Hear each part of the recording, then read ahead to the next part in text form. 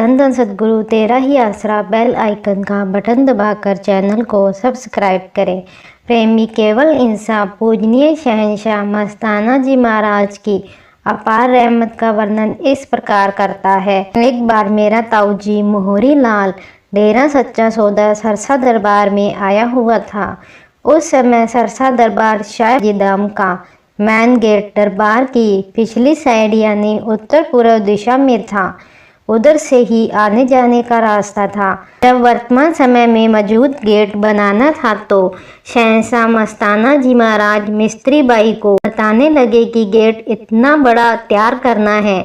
अपनी डंगोरी से निशान लगाने लगे तो एक सेवादार बीच में ही बोल पड़ा कि साईं जी, संगत तो थोड़ी सी है, इतना बड़ा गेट। शहंशाह जी वहीं पर रुक गए और फरमाया, हमें तो इतना नजर आ रहा है कि सरसा शहर से दरबार तक इतनी संगत है कि थाली फेंको तो जमीन पर नहीं गिरेगी, संगत के सिर पर ही रहेगी। पर काल बीच में ही बोल पड़ा। आज शहर सतनाम जी धाम का बड़ा गेट शहंशाह मस्ताना जी के वचनों की गवाही भर रहा है। पूज्य साईं जी के समय दरबार की साइड में आवाजाही के साधन बहुत कम थे। जो संगत दरबार में आती थी दरबार में ही रुक जाती थी।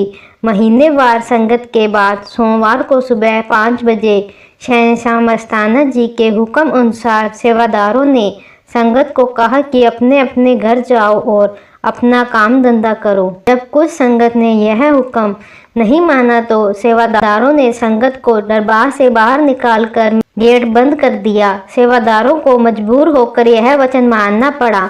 उसी दरमियान शहंशाह मस्ताना जी वहां आ गए और वचन फरमाया, ऐसा समय आएगा बहुत संगत आया करेगी, अपने आप वापस चली जाया करेगी।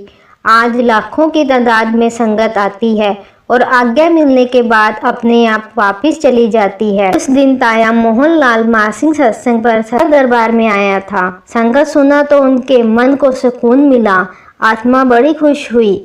रूहानी दर्शनों की तरफ और बढ़ गई। महीनेवार सत्संग के बाद यदि समय होता तो पूजनीय शहंशाह जी भजन मंडली को गांव शहरों में नाम चर्चा करने के लिए भेज देते थे। मेरे ताया जी ने शहंशाह जी की हजूरी में अर्ज की कि हमारे शहर श्री गंगानगर में भी भजन मंडली भेजो जी। शहंशाह जी ने उसी समय भजन मंडली को अपने पास बुलाया और पूछा कि तुम लोग नाम चर्चा करने के लिए कहाँ पर जाओगे। उन्होंने अपने दोनों हाथ जोड़कर कहा कि साईं जी, जहाँ का आप जी हुक्म करोगे हम वहीं जाएंगे। यह सुनकर पूज्य साईं जी बहुत प्रसन्न हुए। शहंशाह जी ने फिर फरमाया, सरसा दा प्रेम 4 आने, डबवाली दा 8 आने, मलोट दा 12 आने ते श्री गंगानगर दा 16 आने प्रेम है। इस पर भजन मंडली के सदस्यों ने हाथ जोड़कर कहा कि साईं जी, हमें श्री गंगानगर भेज दो जी। फिर पूज्य साईं जी ने प्रेमी मोहरी लाल को कहा कि इनको सादी दाल रोटी देनी है, अच्छा खाना खिलाकर इनको डुलक्कड़ मत बना देना। उस समय इस भजन मंडली में 3 बहनें व 4 भाई थे। शहंशाह जी ने भजन मंडली को आदेश फरमाया कि तुमने रात को नाम चर्चा करनी है और दिन में सब्जी बेचनी है। जब वे सब्जी बेचने के लिए जाते तो प्रेमी केवल सिंह इंसान प्रेमियों के घर बताने के लिए साथ जाते। कई बार सब्जी वाले टोकरी भी उठा लेते।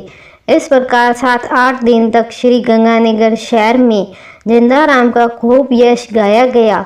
शहंशाह जी की रहमत से श्री गंगानगर का भाग्य बना और आने वाले समय में यहाँ की अनेक रूहें नाम शब्द लेकर मालिक सतगुरु से जुड़ गई। इस प्रकार पूजनीय वे प्रभा जी के वचन पूरे हुए।